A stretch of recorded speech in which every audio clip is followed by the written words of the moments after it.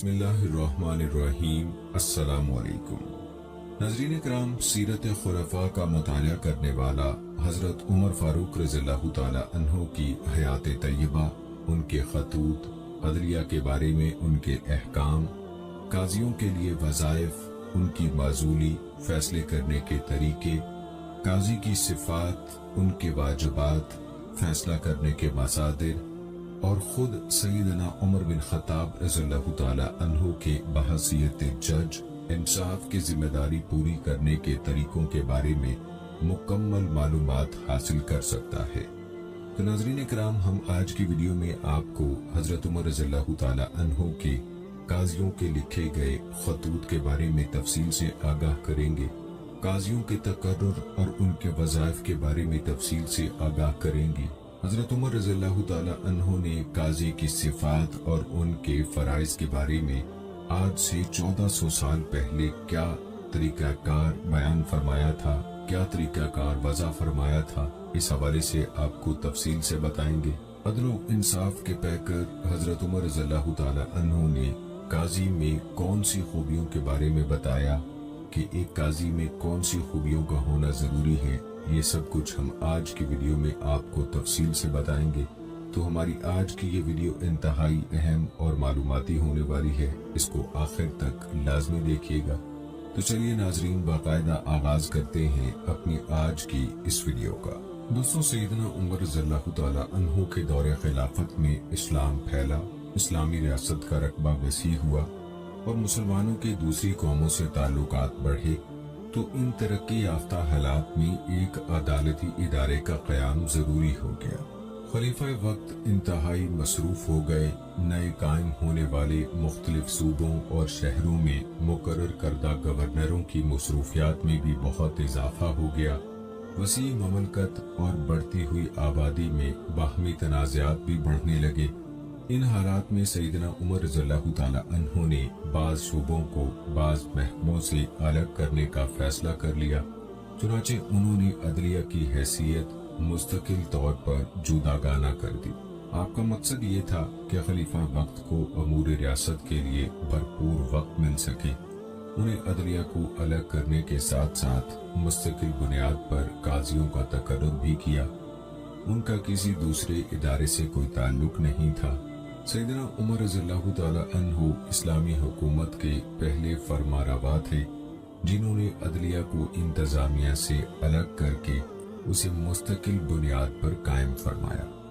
انہوں نے کوفہ، بصرہ، شام اور مصر کے علاقوں میں بھی قاضی مقرر فرمائے۔ یہ محکمہ براہ راست خلیفہ کے تحت کام کرتا تھا۔ قاضی حضرات کو خود خلیفہ نامزد کرتا تھا یا خلیفہ کی نیابت کرتے ہوئے کوئی اور مجاز شخص بھی اس کا تقرر کر دیتا تھا۔ قضات خلیفہ کے سامنے جواب دہ ہوتے تھے۔ عدلیہ کو بالکل جداگانہ بنیاد پر قائم کر دینا بھی فاروق اعظم رضی اللہ تعالی عنہ کی فراست اور بصیرت کا کتنا بڑا ثبوت ہے۔ آج دنیا بھر کی ریاستوں میں عدلیہ ایک جداگانہ محکمے کی حیثیت سے کام کر رہی ہے۔ فاروق اعظم رضی اللہ تعالی عنہ نے یہی کام 1400 سال پہلے کر دکھایا تھا۔ حق یہ ہے کہ وہ امت مسلمہ کے حقیقی اور عبقری لیڈر تھے۔ وہ بدلتے ہوئے حالات کو فوراً بھانپ لیتے تھے، اس لیے جدید قوانین وضع کرنے، امور ریاست کو منظم کرنے اور ہر محکمے کے حدود و اختیارات متعین کرنے کی حیرت انگیز صلاحیتیں رکھتے تھے۔ اہل یورپ نے سیدنا عمر رضی اللہ تعالی عنہ جیسے قواعد و قوانین 18ویں صدی عیسوی میں جدید نظریے کے عنوان سے پیش کیے اور انہیں عوامی بھلائی کا ضامن قرار دیا۔ ایسے ہی خیالات کا ذکر مونٹیسکو نے اپنی کتاب روح الشرائع میں کیا اور اس کی عملی شکل انقلاب فرانس کے سوا 200 سال کے بعد سامنے آئی۔ اسلام نے آزاد اور بے لاگ عدل کا نظریہ 1400 سال قبل پیش کیا اور اسے اپنا ایک اہم اساسی اور انتظامی اصول قرار دیا۔ روایت میں ہے کہ نبی اکرم صلی اللہ علیہ وآلہ وسلم نے حضرت معاذ بن جبل رضی اللہ تعالی عنہ کو یمن کا والی اور قاضی بنا کر بھیجا تو ان سے دریافت فرمایا، اے معاذ، تم لوگوں کے درمیان کس طرح فیصلے کرو گے؟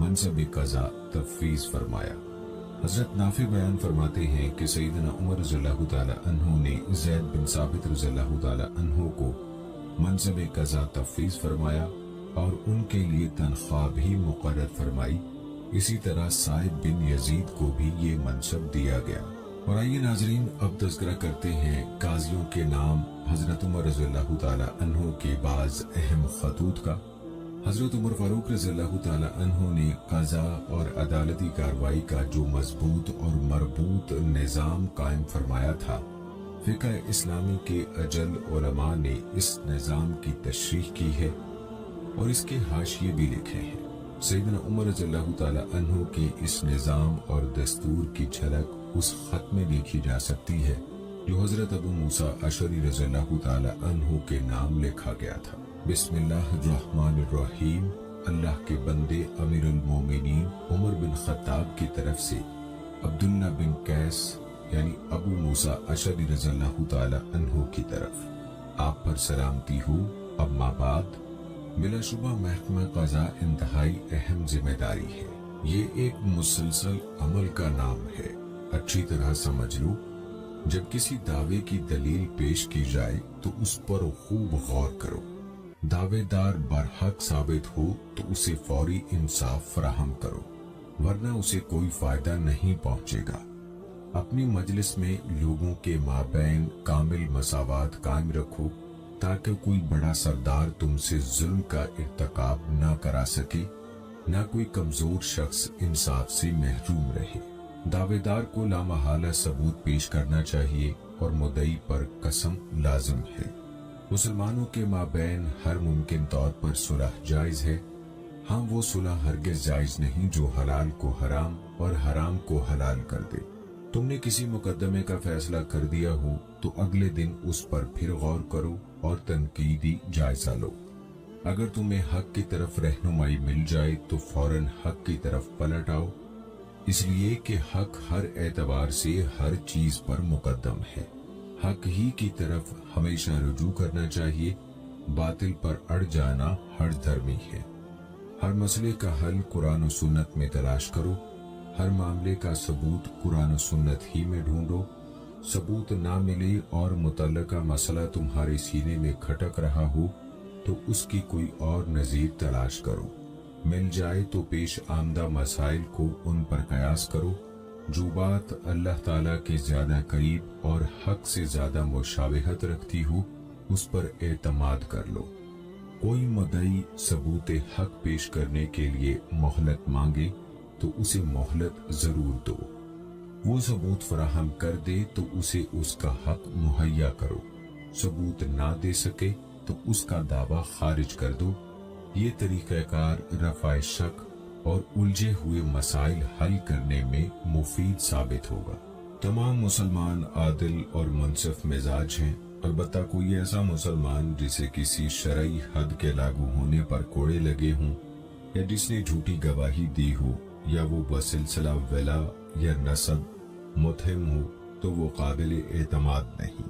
یقیناً اللہ تعالیٰ تمہارے باطن کا حال خوب جانتا ہے۔ اس نے تمہارے معاملات میں بذریعہ ثبوت اور بذریعہ قسم اپنے دفاع کا حق مرحمت فرمایا ہے۔ تمہیں اپنی طبیعت کی تنگی، اکتاہٹ اور مقدمے کے کسی فریق سے کبھی نفرت کا اظہار نہیں کرنا چاہیے۔ جھگڑوں کا فیصلہ کرتے ہوئے ناگواری یا ناپسندیدگی کا مظاہرہ ہرگز نہ کرنا، کیونکہ حقدار کو اس کا حق پہنچانا اللہ تعالیٰ کی بارگاہ میں اجر کا باعث ہے۔ اس عمل سے تمہاری حسنات میں اضافہ ہوگا۔ جس کی نیت کھری ہو اور وہ بے لاگ انصاف کرنے پر ڈٹا رہے، اللہ تعالیٰ اس کی اس طرح کفایت فرماتا ہے کہ اپنے سوا کسی کی کفایت کا محتاج نہیں رکھتا۔ جو قاضی لوگوں کا دباؤ پیش نظر رکھ کر ایسا فیصلہ کرے جو اس کے ضمیر کی آواز کے خلاف ہو، اللہ تعالیٰ اسے اسی دنیا ہی میں رسوا کر دے گا، اور اللہ کی رحمت اور رزق کے خزانے ایسے شخص کی رسائی سے بہت دور رہیں گے۔ والسلام۔ دانش سے بھرپور اس حیران کن عبارت کے حامل خط میں قاضی کے تمام آداب و فرائض اور عدالت کے مکمل اصول بیان کر دیے گئے ہیں۔ علماء کرام آج تک اس خط کی شرحیں اور حاشیے لکھتے چلے آ رہے ہیں، اور قیامت تک جو فرد بھی اس خط کے الفاظ پر غور کرے گا وہ اس مکتوب گرامی کی عظمت پر حیرت زدہ رہ جائے گا۔ اگر تاریخ سیدنا عمر رضی اللہ تعالی عنہ کے جملہ بے مثال کارناموں کا تذکرہ کیے بغیر ان کا محض یہی مکتوب گرامی نقل کرتی تو صرف یہی مکتوب اس بات کے لیے کافی تھا کہ وہ بے مثل مفکر اور لاسانی مقنن تھے۔ آج کل کے دور میں جبکہ عدالتوں کے بارے میں مختلف اصول و قوانین وضع کیے جا رہے ہیں، اگر یہ الفاظ کسی ریاست کا سربراہ تحریر کرے، پھر ان الفاظ کے بارے میں یہ مطالبہ کیا جائے کہ اتنے دانش آموز الفاظ یقیناً طلباء کے نصاب تعلیم میں شامل ہونے چاہیے، تو اس سے لکھنے والے کی عظمت کا کیسا منہ بولتا ثبوت سامنے آئے گا۔ اس لحاظ سے غور فرمائیے کہ سیدنا عمر رضی اللہ تعالی عنہ کا مقام و مرتبہ کتنا رفیع الشان ہے، جنہوں نے یہ الفاظ آج سے 1400 سال پہلے لکھ دیے تھے۔ یہ الفاظ انہوں نے کسی کتاب سے نقل نہیں کیے، وہ انہیں قلم بند کرنے کے لیے کسی کی مدد کے محتاج نہیں ہوئے۔ یہ تحریر ان کے اپنے تخلیقی ذہن کے آئینہ دار ہیں، جس نے ہزاروں فوائد یکجا کر دیے۔ دراصل یہ سب کچھ ان ملفوظات مبارکہ کی برکت ہے جو محمد الرسول اللہ صلی اللہ علیہ وآلہ وسلم نے دار ارقم میں ان کے دل میں اتار دیے تھے، اور انہوں نے جواباً کہا تھا، میں گواہی دیتا ہوں کہ اللہ کے سوا کوئی معبود نہیں، اور بلا شبہ محمد اللہ کے رسول ہیں۔ سیدنا عمر رضی اللہ تعالی عنہ کے مکاتیب گرامی میں سے ایک اہم مکتوب ابو عبیدہ رضی اللہ تعالی عنہ کے نام بھی ارسال کیا تھا۔ اس میں انہوں نے تحریر فرمایا تھا، یہ خط جو تمہیں تحریر کر رہا ہوں صرف بھلائی اور خیر خواہی پر مبنی ہے۔ میں نے اپنے اور تمہارے لیے خیر خواہی کی جستجو میں تمہاری طرف یہ خط لکھا، جس میں میں نے تمہارے اور اپنے لیے کوئی کوتاہی نہیں کی۔ 5 عادتیں مضبوطی سے اپنا لو، تمہارا دین محفوظ ہو جائے گا اور تمہارا مقدر جگمگا اٹھے گا۔ نمبر 1، جب تمہارے پاس 2 جھگڑنے والے آئیں تو انصاف پر مبنی دلائل پر توجہ دو اور مضبوط قسموں کو لازم پکڑو۔ نمبر 2، کمزور آدمی کو اتنا قریب کر لو کہ اس کی زبان کی بندش کھل پڑے اور وہ اطمینان سے کھل کر بات کرے اور دل ڈھارس پا کر مضبوط ہو جائے۔ نمبر 3، اجنبی کا خیال رکھو، ایسا نہ ہو کہ اس کا مقدمہ طوالت اختیار کر جائے اور وہ اپنا حق چھوڑ کر واپس چلا جائے۔ نمبر 4، جو شخص اپنے حق کے لیے مقدمہ ہی دائر نہ کرے وہ یقیناً اپنا حق ضائع کر لے گا۔ اور نمبر 5، اگر تم کسی مقدمے میں کسی نتیجے پر نہ پہنچ سکو تو فریقین میں صلح کرانے کی کوشش کرو۔ والسلام۔ سیدنا عمر رضی اللہ تعالی عنہ نے قضاء کے سلسلے میں معاویہ بن ابی سفیان رضی اللہ تعالی عنہ کو لکھا، اما بعد، میں یہ خط تمہارے نام لکھ رہا ہوں، اس میں میں نے تمہارے اور اپنے لیے خیر خواہی تلاش کرنے میں کسی قسم کی کوتاہی سے کام نہیں لیا۔ 5 عادات مضبوطی سے اپنا لو، تمہارا دین محفوظ رہے گا اور تم دین کے اعلیٰ مرتبے پر فائز ہو جاؤ گے۔ نمبر 1، جب تمہارے پاس 2 آدمی کوئی مقدمہ لے کر آئیں تو ان کے قضیے کا فیصلہ انصاف پر مبنی ثبوت یا فیصلہ کن قسم لے کر کرو۔ نمبر 2، کمزور کو اپنے قریب کرو تاکہ اس کا دل مضبوط ہو اور اس کی زبان کھل کر اپنا مدعا بیان کر سکے۔ نمبر 3، دور سے آنے والے اجنبی کی طرف خصوصی توجہ دو، ورنہ وہ اپنا حق چھوڑ کر واپس چلا جائے گا۔ اس کا ذمہ دار وہ ٹھہرے گا جس نے اسے اپنی شفقت اور مہربانی کے سلوک سے محروم رکھا ہوگا۔ سب کو ایک نظر سے دیکھو اور سب سے یکساں تعلقات رکھو، اپنی نظر اور تعلقات میں برابری رکھو۔ نمبر 5، جب تک کسی فیصلے پر نہ پہنچو اس وقت تک فریقین کے درمیان صلح کروانے کی بھرپور کوشش کرو۔ سیدنا عمر رضی اللہ تعالی عنہ نے قاضی شریح رحمہ اللہ کے نام اجتہاد کے بارے میں لکھا، جب تمہارے سامنے کوئی مقدمہ پیش ہو تو سب سے پہلے کتاب اللہ پھر سنت رسول صلی اللہ علیہ وآلہ وسلم سے اس کا حل تلاش کرو۔ اگر کتاب اللہ اور سنت رسول صلی اللہ علیہ وآلہ وسلم سے اس کا حل نہ ملے تو دیکھو کہ درپیش مقدمے جیسی صورتحال میں ماضی میں کسی نے کیا کہا ہے۔ اگر ایسی نظیر بھی نہ ملے تو پھر اپنی بصیرت کی روشنی میں اپنی رائے قائم کرو۔ ایک روایت میں ہے کہ سیدنا عمر رضی اللہ تعالی عنہ نے فرمایا، اگر تم اجتہاد کرنا چاہتے ہو تو آگے بڑھو اور اپنی رائے قائم کرو، اگر چاہو تو اجتہاد نہ کرو، اس مسئلے سے پیچھے ہٹ جاؤ، یہ تمہارے لیے زیادہ بہتر ہے۔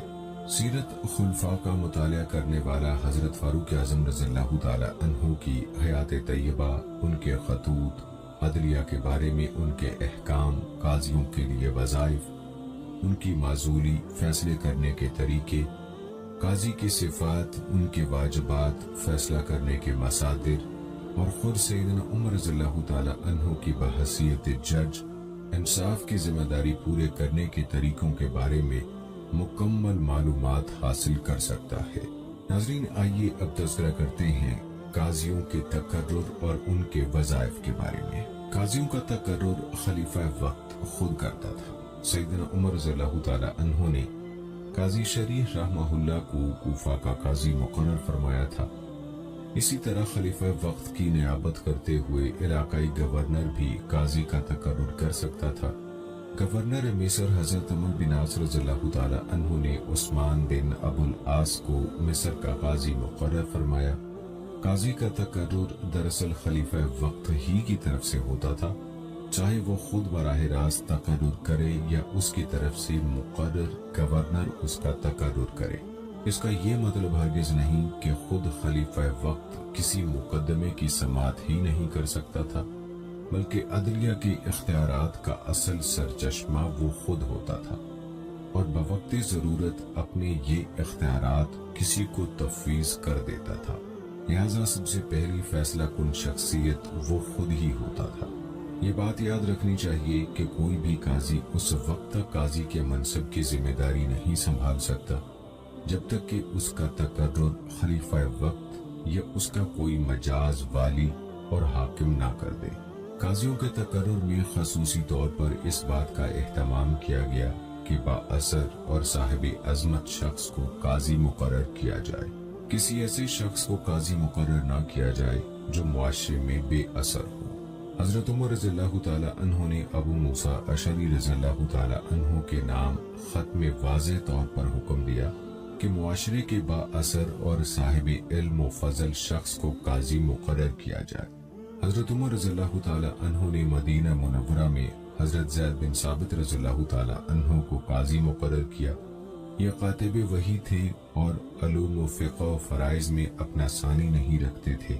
بصرہ کے قاضی کعب بن سور ازدی رضی اللہ تعالی عنہ اور فلسطین کے قاضی عبادہ بن صامت رضی اللہ تعالی عنہ تھے۔ اسی طرح حضرت علی رضی اللہ تعالی عنہ، عبداللہ بن مسعود رضی اللہ تعالی عنہ، عمران بن حسین رضی اللہ تعالی عنہ اور ابو کرہ الکندی رضی اللہ تعالی عنہم جیسے جلیل القدر اصحاب رسول قاضی مقرر کیے گئے۔ سیدنا عمر رضی اللہ تعالی عنہ خلیفہ وقت ہونے کے ساتھ ساتھ چند مخصوص فیصلے خود ہی فرماتے تھے۔ مخصوص فیصلے کرنے کے بارے میں عمر رضی اللہ تعالی عنہ کا صرف ایک قول منقول ہے۔ انہوں نے سائب بن یزید بن اخت النمر کو قاضی مقرر کرتے ہوئے فرمایا تھا، 1 درہم یا 2 درہموں کے مقدمے مجھ سے دور رکھو۔ خلیفہ وقت کے لیے جائز ہے کہ وہ کسی قاضی کو خاص نوعیت کے مقدمات کی سماعت کے لیے مقرر کرے۔